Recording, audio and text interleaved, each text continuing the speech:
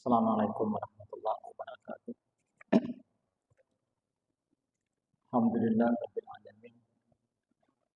Wassalatu wassalamu ala asyrofil anbiya'i wal mursalin wa ala alihi wa ashabihi wa man tabi'ahum bi ihsan ila yaumiddin.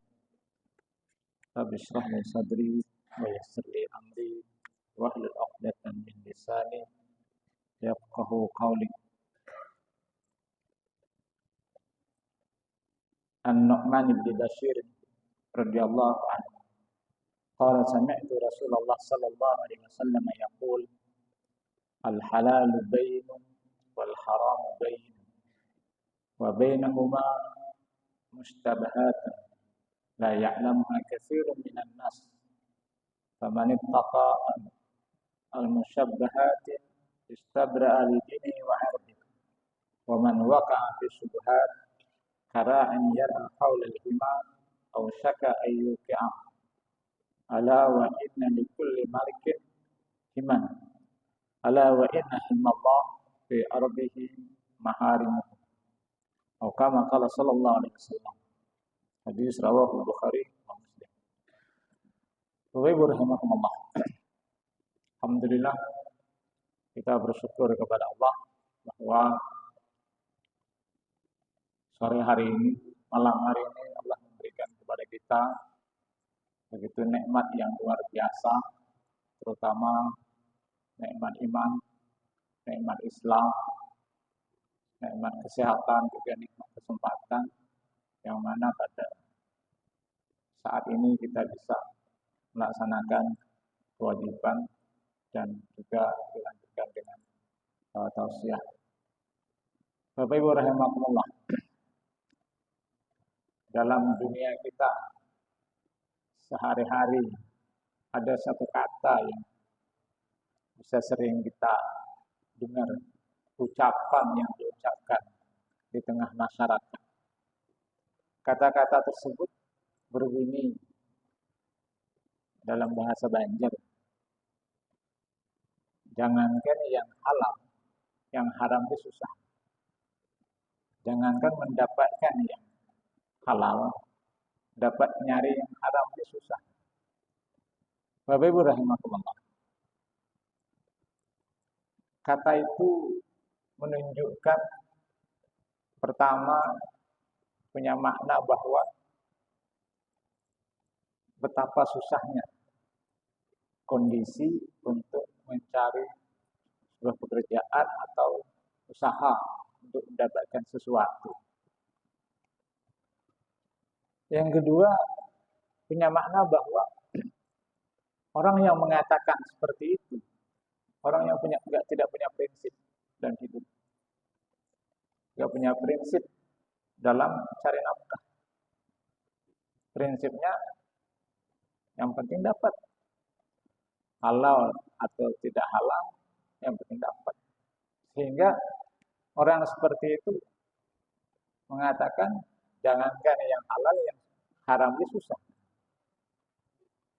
Bapak Ibu rahimakumullah, itu sangat bertolak belakang dengan prinsip kita sebagai seorang muslim, sebagai seorang mukmin, yang kita harus berhati-hati dalam mencari dan mendapatkan sesuatu, terutama rezeki yang disediakan oleh Allah Subhanahu wa taala di permukaan bumi ini. Bapak Ibu rahimakumullah, dalam sebuah hadis yang disampaikan oleh Rasulullah sallallahu alaihi wasallam, diriwayatkan oleh Imam Bukhari dan Muslim, dari Abi Hurairah radhiyallahu anhu, Rasulullah sallallahu alaihi wasallam bersabda, bercerita tentang orang-orang dahulu supaya menjadi pelajaran buat umat Nabi Muhammad sallallahu alaihi wasallam, supaya jadi pelajaran buat kita dalam bersikap, mensikapi tentang kehidupan yang penuh dengan godaan dan penuh dengan fitnah. Bapak Ibu rahimakumullah, kata Rasulullah sallallahu alaihi wasallam menceritakan kepada para sahabat, ishtara rajulun min rajulin aqaran lahu Dulu ada seseorang bertransaksi membeli sebidang tanah kepada seseorang lain. Setelah dibeli, kemudian dia gali tanah itu. Fawajada ar-rajulu alladhi ishtara al-aqara fi aqarihi jarratan fiha dhahab. Setelah digali, ternyata pembeli tadi menemukan ada wadah, ada tempat di dalam tanah kayak kendi atau peti penuh dengan emas. Terdapat emas gitu ketika digali. Kalau cuma sedikit gak masalah. Peti yang didapat itu penuh dengan emas. Jarratan fiha dhahabun. Satu wadah, kemudian wadahnya penuh dengan emas. Tapi rahimahullah, saya bayangkan kalau kita dapat gitu itu luar biasa. Beli tanah, kredit lagi. Tiba-tiba mau bangun rumah atau menggali, dapat itu. Luar biasa. Rezeki numpuk. Kalau kita kira-kira itu. Faqala alladhi ishtarahu al-aqar. Tiba-tiba yang membeli tanah tadi itu dia ambil, dia angkat, kemudian dia antar ke pembeli, ke penjual. Satu peti emas. Dia bawa, dia antar ke penjual. Dikasih tahu, wahai fulan, ini saya temukan peti di tanah yang saya beli. Saya gali menemukan itu. Ada peti, ada wadah, kendi, kemudian penuh dengan emas. Ini ampun pian gitu. Nah, ngalih nyari orang kayak gitu. Kita bersembunyi, ada bunyi lagi, itu yang dapat. Iyalah, udah kemana tuh lah kawan SD. Udah macam-macam merancang ini itu segala macam. Mau dikasihkan, dikembalikan emasnya yang penuh dengan itu. Khus zahabaka minni. Ini emas pian ambil. Gitu. Inna mastaraitu minkal ardh. Alasannya cuma kecil, Pak. Kenapa dia kembalikan? Dia kembalikan, wahai fulan, aku hanya beli tanah, bukan beli emas. Yang dia beli tanah. Kata dia, kenapa dikembalikan? Karena aku hanya beli tanah, bukan beli emas. Berarti emas itu punya kamu. Gitu. Jujur banget. Itu kata pembelinya begitu. Walam atba' minka dzahab. Dan aku tidak beli emas ya kamu. Aku hanya beli tanah. Ternyata kebetulan emasnya ada di dalam tanah itu terpendam. Ambil itu. Penjualnya menanggapi. Faqala allazi ishtara al-ardh. Ujar penjual, wahai fulan, innama bi'tukal ardh wa ma fiha. Wahai fulan, aku jual tanah itu sudah dengan isi-isinya. Nah, udah berarti udah pian beli dah. Bermasalah nih Bang Pak. Ya, yang beli nggak mau nerima karena merasa dia bukan beli emas, dia beli tanah. Yang jual nggak mau lagi nerima karena dia merasa sudah menjual tanah dan isi-isinya udah ibarat kita 7 lapis 7 lapis ke bawah tanah itu dijual udah. Apapun yang terdapat udah itu milik pembeli. Bahwa berdua bertengkar. Yang satu mau mengembalikan, yang satu nggak mau nerima. Kira-kira, saya pikir sejak Rasulullah ceritakan itu sampai sekarang kira-kira belum pernah terjadi lagi. Ada nggak kira-kira? Kalau yang ada nemukan kayak gitu saja. Gitu, ada orang gitu. Kalau ada orang gitu, itu temani orang. Orang itu luar biasa. Bapak Ibu rahimahullah. Akhirnya terjadi pertengkaran. Pertengkaran bukan berebut, bertengkar menolak, nggak mau menerima. Kira-kira kemudian dikemanakan ke masjid? Kasih ke masjid, diwakafkan, nggak boleh. Kenapa? Ya ada pemiliknya, ya kan? Kalau wakaf tuh harus ada pemiliknya dulu mewakafkan. Bapak Ibu rahimahullah. Akhirnya apa? Gara-gara emas itu tadi, yang satu nggak mau nerima, yang satunya menolak, akhirnya sepakat udah kita ke pengadilan. Ke pengadilan. Ini nggak menarik ini kalau diadili orang itu. Nggak menguntungkan. Ya. Pengadilan tuh kalau perkaranya satu mau ngambil, satu mau ngambil juga. Nah itu baru menguntungkan itu untuk pembelaannya. Datang ke hakim pengadilan, lalu dikasih tahu masalahnya apa. Hakimnya bingung juga memutuskan. Mau dikasihkan dimenangkan sebelah pihak dia nggak mau menerima, dikasihkan yang satunya dia nolak. Bingung, Bang. Hakimnya bingung. Mikir loh hakim, ya apa ini orang kayak gini. Rupanya hakim itu baru pertama juga menemukan perkara kayak gitu. Belum ada sebelumnya. Undang-undangnya juga nggak lengkap ya. Bapak Ibu rahimahullah. Akhirnya hakimnya berpikir, kemudian nanya, "Hai Bulan, kamu punya anak laki-laki enggak?" Kata yang pembeli tadi, karena iya. Lalu nanya lagi kepada penjual, "Kamu punya anak perempuan?" Punya. Oh, udah gitu aja. Kawinkan keduanya itu. Anak pembeli jadi laki-laki, anak penjual perempuan, udah kawinkan dulu. Serahkan emasnya kepada mereka. Itu kata hakim tadi itu. Akhirnya alakuma waladun, kata hakim. Faqala ahaduhuma li gulamun. Kata pembeli, ya aku punya anak laki-laki. Wa qala al-akharu li jariyatun. Yang lain berkata, saya punya anak perempuan. Kata hakim, qala ankihul gulaman jariyatan. Sudah nikahkan duanya.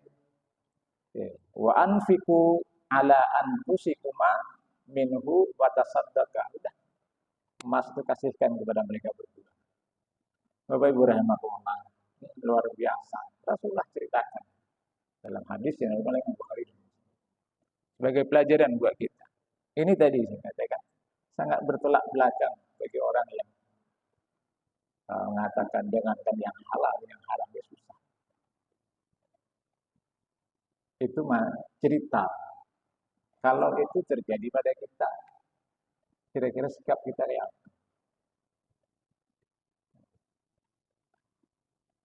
untung 2 kali lipat. Ya, untung 2 kali lipat. Bapak Ibu rahimahullah. Jadi pertanyaan kita itu masalahnya. Kenapa orang itu bisa kayak itu? Yang satu enggak menerima, yang satu nolak. Kayak enggak ada nafsu sama emas itu. Kayak enggak ada syahwat maliyah. Nafsu syahwat terhadap harta itu. Kayak enggak ada. Apakah semua orang bisa bersikap seperti itu? Ketika itu terjadi pada masa sekarang. Yang justru sekarang sebaliknya. Orang berebut kalau dapat kayak gitu. Kalaupun umpamanya kita jual, ada sesuatu yang baru kita ingat kemarin, kita nyimpan emas itu dalam tanah. Nanya lihat pembeli, ada lebihan tetamu kemarin, atau gali-gali tanah, punya kami nyimpan. Bah, kira-kira jawabannya pasti deh. Ada dajar. Ada dajar. Bapak Ibu rahimahullah. Itu yang oleh Rasulullah SAW disebut dengan warang. Warang. Bahasa Arabnya warang.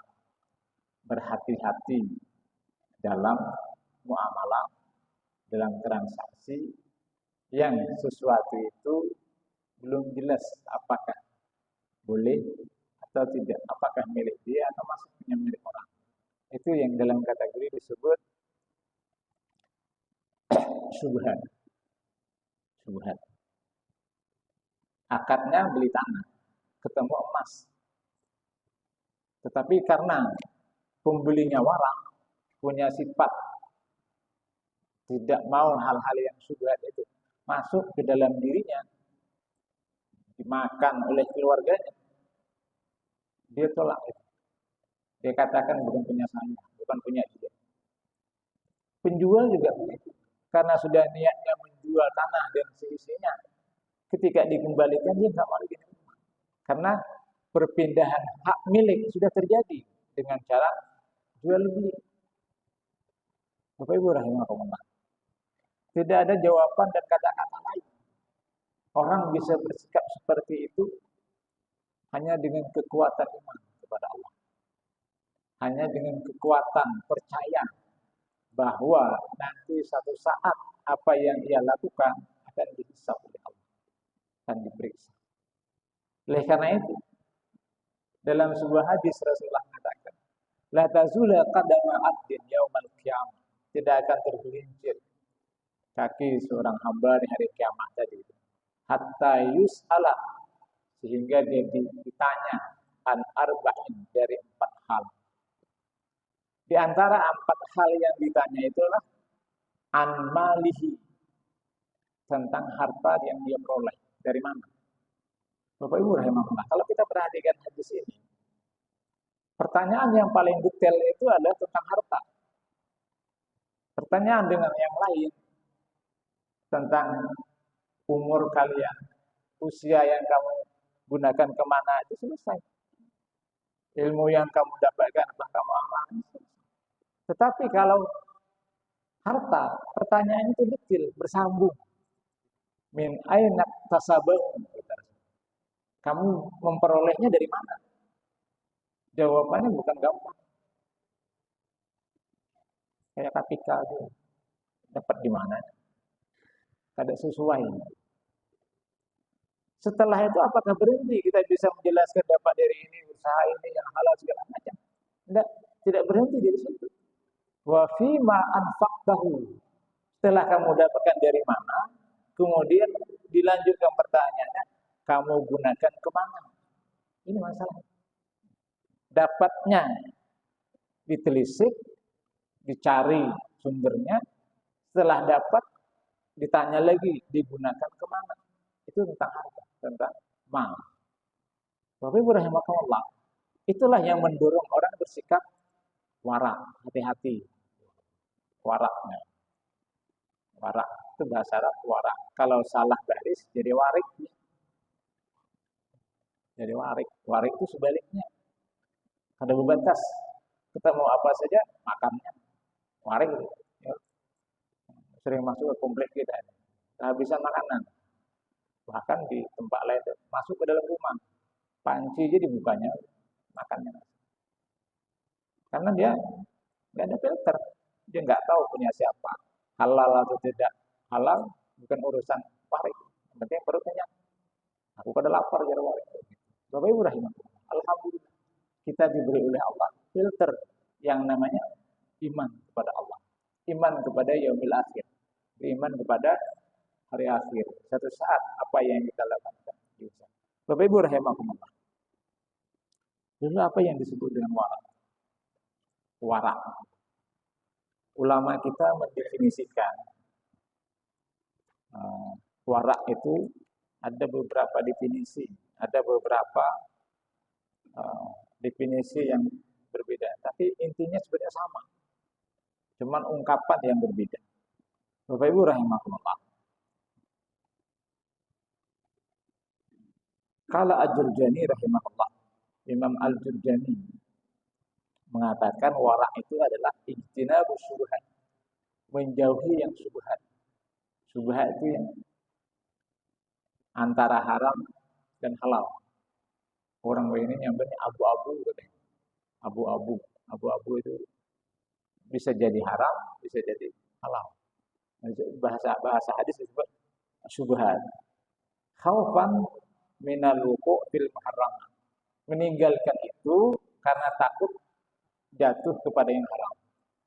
Itu disebut warak menurut Imam Al-Jurjani. Bapak Ibu rahimakumullah. Az-Zarqani mendefinisikan tarku ma la ba'sa bihi hadaran minal wuqu' fi ma bihi ba'sun. Meninggalkan sesuatu yang tidak apa-apa. Sebenarnya kalau dia ambil, kalau dia gunakan boleh. Tetapi dia meninggalkan itu kenapa? Hadaran minal wuqu' fi ma bihi ba'sun. Meninggalkan takut kalau terjadi masalah hukum ketika dia lakukan itu di kemudian hari. Lalu dia meninggalkan. Bapak Ibu rahimakumullah. Dua definisi ini sebenarnya intinya sama. Cuman pada makam yang berbeda tingkatan. Oleh karena itu para ulama kita membagi warak itu ada beberapa tingkatan. Ada level pertama namanya warak wajib. Yaitu menjauhi segala yang diharapkan bukannya wajib. Warak ini. Yang kedua levelnya adalah menjauhi sesuatu yang syubhat. Yang belum jelas antara haram dan contoh syubhat. Dia menemukan duit di jalan. Itu kalau duit mungkin dicari orang nanti diumumkan atau sesuatu aja. Kalau sesuatu yang nilainya kecil, roti umpamanya ada ketemu di jalan. Kira-kira kita kadang membuliki lagi, bang. Saya pikir roti dah tergugur, teruntuk kan. Pun kita ambil, kira-kira direlakan orang aja. Pun kita punya, udah ada yang ambil, udah beriakan aja. Kira-kira gitu. Itu subhat namanya. Kita ambil, apakah orang merelakan atau tidak? Atau pas kita ambil, ternyata orang nyari. Subhat. Rasulullah SAW pernah satu ketika dalam sebuah hadis sahih disebutkan, marra Rasulullah SAW di tamarin sakit. Rasulullah ketika jalan lewat ada satu sebiji kurma. Melihat sebiji kurma yang jatuh. Bahasa kita sebiji kurma itu gak ada artinya. Hal yang kecil. Lalu Rasulullah SAW mau ngambil, mau makan, mau dimakan. Lalu Rasulullah ingat, jangan-jangan ini sedekah. Akhirnya Rasulullah nggak jadi memakannya. Kenapa? Karena sedekah itu haram bagi Rasulullah SAW. Ada dua hadis. Hadis yang kedua, dalam riwayat itu Rasulullah balik ke rumah, pulang ke rumah, masuk ke kamar, tiba-tiba ada kurma di situ. Dan Rasulullah sudah mengambil, mau makan. Ketika mau makan, ingat, jangan-jangan ini sedekah. Atau hadiah. Kalau hadiah nggak masalah. Tapi sedekah, itu haram dulu. Akhirnya nggak jadi, dilepas. Itu warak. Sehingga Rasulullah katakan, khairu dinikum al-warak. Sebaik-baik agama kamu itu adalah ketika kamu bersifat warak. Itu level kedua itu. Waraknya level kedua, kita menjauhi yang syubhat. Karena hadis Rasulullah katakan, "Faman istabra'a minhu", siapa yang melepaskan diri meninggalkan dari hal yang syubhat, maka distabra'a li dinihi wa irdihi. Maka dia sungguh membebaskan agamanya dari sesuatu yang tidak dibolehkan dan juga menjaga harga dirinya. Level yang ketiga di atas itu. Dia meninggalkan sesuatu yang malah ba'sa bihi, yang sebenarnya tidak apa-apa, boleh saja. Hal-hal yang mubah yang dibolehkan. Tetapi dia takut kalau dia lakukan, kalau dia kerjakan itu, siapa tahu di belakang hari menjadi problem hukum terhadap dia atau dituntut orang. Akhirnya dia itu hadis Rasulullah, min husni islamil mar'i tarku ma la ya'nihi. Bagian dari kesempurnaan Islam seseorang meninggalkan sesuatu yang malah ba'sa bihi. Saya sampai enggak apa-apa. Contohnya begini. Dalam kehidupan kita sering kita pakai punya orang, pinjam punya orang. Ketika yang paling mudah itu contohnya ini. Umpamanya kita mau keluar dari masjid, mau ke tempat wudhu. Kalau tempat kita wudhu, kemudian ada yang menyatu, jadi nggak perlu alas kaki, nggak perlu sandal. Tapi kalau kita keluar lewat dari pintu, Yang di situ sandal wakaf, ini kan ada sandal wakaf, sandal wudu guys lah. Nggak ada. Lalu kita pakai sandal orang. Pakai sandal orang. Boleh enggak? Itu punya orang. Punya orang. Kalau punya orang, kalau kita pakai, harus izin dari orang. Oke lah, yang kita pakai itu bukan sandal kulit. Yang kita pakai sandal jepit. Artinya kalau kena air juga nggak masalah. Kira-kira kalau punya kita dipakai orang, kita relakan itu, nggak masalah, silakan pakai. Tetapi bagi orang yang warak level 3 tadi itu, dia nggak mau. Kenapa? Siapa tahu satu saat itu untuk orang. Kenapa kamu pakai sandal? Tidak izin. Kalau dituntut di dunia itu masih bisa minta maaf, minta rela. Tapi kalau dituntut di akhirat, udah tidak bisa lagi kita mengelak. Karena di akhirat itu nggak ada lagi pemberian maaf. Ketika dituntut, kita harus bayar. Itu yang disebut oleh Rasulullah dalam sebuah hadis al-muflis. Rasulullah mengatakan kepada sahabat, wahai sahabatku, atadruna manil muflis? Kalian tahu enggak orang yang bangkrut? Bangkrut, muflis bangkrut. Kata sahabat, dia tahu. Orang bangkrut itu orang yang punya bisnis, punya usaha, modalnya habis. Bangkrut. Kata saya, iya, itu di dunia. Bangkrut di dunia. Kata Rasulullah, orang yang muflis bangkrut di akhirat. Di dunia dia salat, di dunia dia puasa, di dunia dia bersedekah, di dunia dia beramal saleh, amal baik. Tetapi juga dia melakukan suatu kesalahan terhadap orang lain. Wasafaka damahaza. Dia melukai orang, mencederai orang. Dia menuduh orang. Dia menggusip orang di dunia. Di akhirat dituntut oleh orang yang dizalimi itu. Di akhirat dituntut. Ketika dituntut, dia minta keadilan kepada Allah. Wahai Allah, si fulan dulu di dunia dia menjalimi aku. Dulu di dunia dia menggusip. Dulu di dunia dia mencederai kehormatanku. Akhirnya apa? Karena di sana sudah keadilan yang ditegakkan oleh Allah.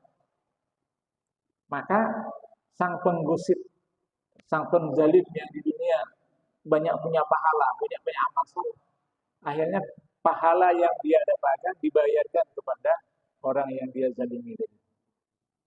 Sampai habis pahala yang dia miliki.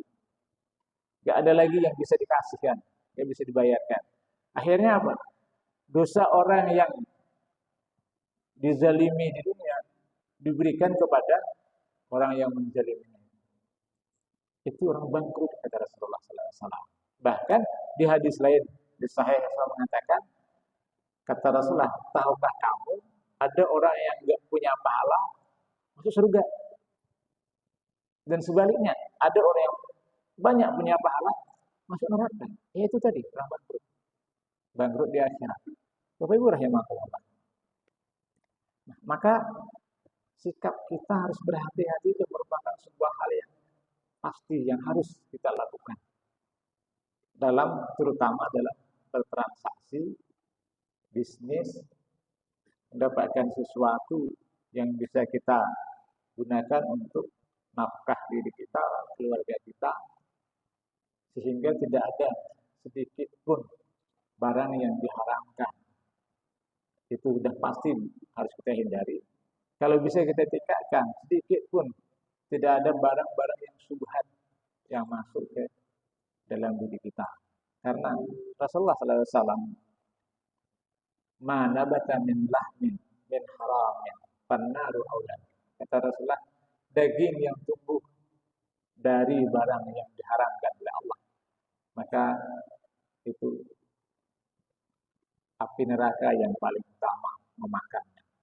Bapak Ibu yang banyak cerita salafus saleh, banyak cerita para sahabat yang bagaimana waraknya mereka, bagaimana mereka berhati-hati dalam mendapatkan rezeki atau nafkah sesuatu di dalam kehidupan mereka. Bapak Ibu rahimahumullah. Umar radhiyallahu anhu ketika dia hijrah ke Madinah. Orang-orang yang hijrah bersama Umar radhiyallahu anhu itu dikasih kafalah, dikasih bantuan 4.000 dinar. Tetapi anaknya Abdullah bin Umar dikasih cuma 3.500. Aneh. Padahal Umar adalah seorang sahabat, seorang pemimpin. Lalu sahabat lain protes, "Ya Umar, kenapa kami dikasih 4.000 sedangkan anakmu dikasih 3.500?" Itu yang lain protes, Pak. Karena kebalik kan. Kalau biasanya kita kebalik. Orang dikasih 3.500, anak kita dikasih 4.000. Yang protes yang lain itu wajar, logis. Kenapa? Karena dia juga Abdullah bin Umar itu adalah minal muhajirin. Orang-orang yang hijrah dari Mekah ke Madinah sama posisinya. Kata saya Umar, Abdullah dia hijrah karena ikut orang tuanya. Karena orang tuanya ikut, dia juga ikut hijrah. Bukan hijrah sendirian. Sementara kalian hijrah sendirian. Hijrah dengan kemauan sendiri. Karena Allah dan karena Rasulnya. Sementara Abdullah bin Umar, anaknya, itu hijrahnya karena ikut sama orang tua. Jadi wajar dikurangi. Umar nggak mau menyamakan antara anaknya. Kenapa? Karena hati-hati terhadap mencari atau memberikan nafkah kepada keluarga. Ada yang lebih ekstrim lagi menurut rahimahullah. Kalau kita baca sejarah biografi Turki ketika runtuh 1924, dulu kan terkenal Turki Khalifah Utsmaniyah. Pada tahun 2024 dengan kekuasaan Kemal Atatürk, Turki menjadi negara sekuler. Sampai waktu itu diceritakan azan itu dengan bahasa Turki, saking sekulernya. Di dalam perjalanannya sejarah Turki ada seorang ulama namanya Sa'duddin An-Nursi sebagai pejuang membangkitkan kembali Islam di Turki. Jadi Bapak Ibu rahimahullah, kalau kita kenal Turki sekarang ini yang sudah Islamnya luar biasa di sana berkembang, mereka mau mengembalikan lagi kepada masa kejayaan zaman Utsman, kerajaan Utsmaniyah. Maka salah satu pejuang pembangkit semangat itu namanya Sa'duddin An-Nursi. Sa'duddin An-Nursi ulama besar. Dia punya kepintaran dan kejeniusan yang luar biasa. Bapak Ibu rahimahullah. Tahu sejarah kecilnya. Ketika dia masih kecil, masih balita, masih disusui oleh ibunya. Bapaknya punya kambing untuk diperas susunya. Setiap hari bapaknya membawa kambing ke padang rumput. Nanti pulang, sore pulang bawa balik ke kandang. Ketika membawa kambing dari rumah ke padang rumput, itu mulut kambing itu diikat. Mulut kambing diikat. Setiap kambing diikat. Aneh juga nih. Ternyata apa? Ketika ditanya kenapa diikat? Pulang diikat juga. Dia bilang, saya tidak mau kalau kambing yang saya bawa dari tempat rumahnya menuju padang rumput itu memakan punya orang. Luar biasa. Kan kambing itu nggak tahu aturan. Apalagi ubiri di apa mantap benar ya. Langsung lahap ya. Itu diikat supaya apa? Itu nggak makan. Itu sampai ke padang rumput. Setelah sampai ke padang rumput dilepas ikatannya. Balik ikat lagi. Sampai ke rumah, susu kambing itu diperas untuk diminumkan ke anaknya, untuk diberikan kepada keluarganya. Itu waraknya, itu level 3. Ada kawan itu mengalihi hidup kayak itu. Ya, pun kita kayak itu mengalihnya bang hidupnya itu. Bagi kita bagi kita susah. Bagi orang itu ada sebuah kehormatan untuk menjaga harga dirinya, bukan di sisi manusia, tapi di sisi Allah Subhanahu. Dia ingin membersihkan harga dirinya mensucikan dirinya supaya nanti apa? Enggak ditanya lagi oleh Allah Subhanahu. Nah, akhirnya setiap hari dilakukan seperti itu dan lahirlah seorang pejuang namanya Sa'duddin An-Nursi. Bapak Ibu rahimahullah. Ibunya itu luar biasa, ini pelajaran juga bagi ibu.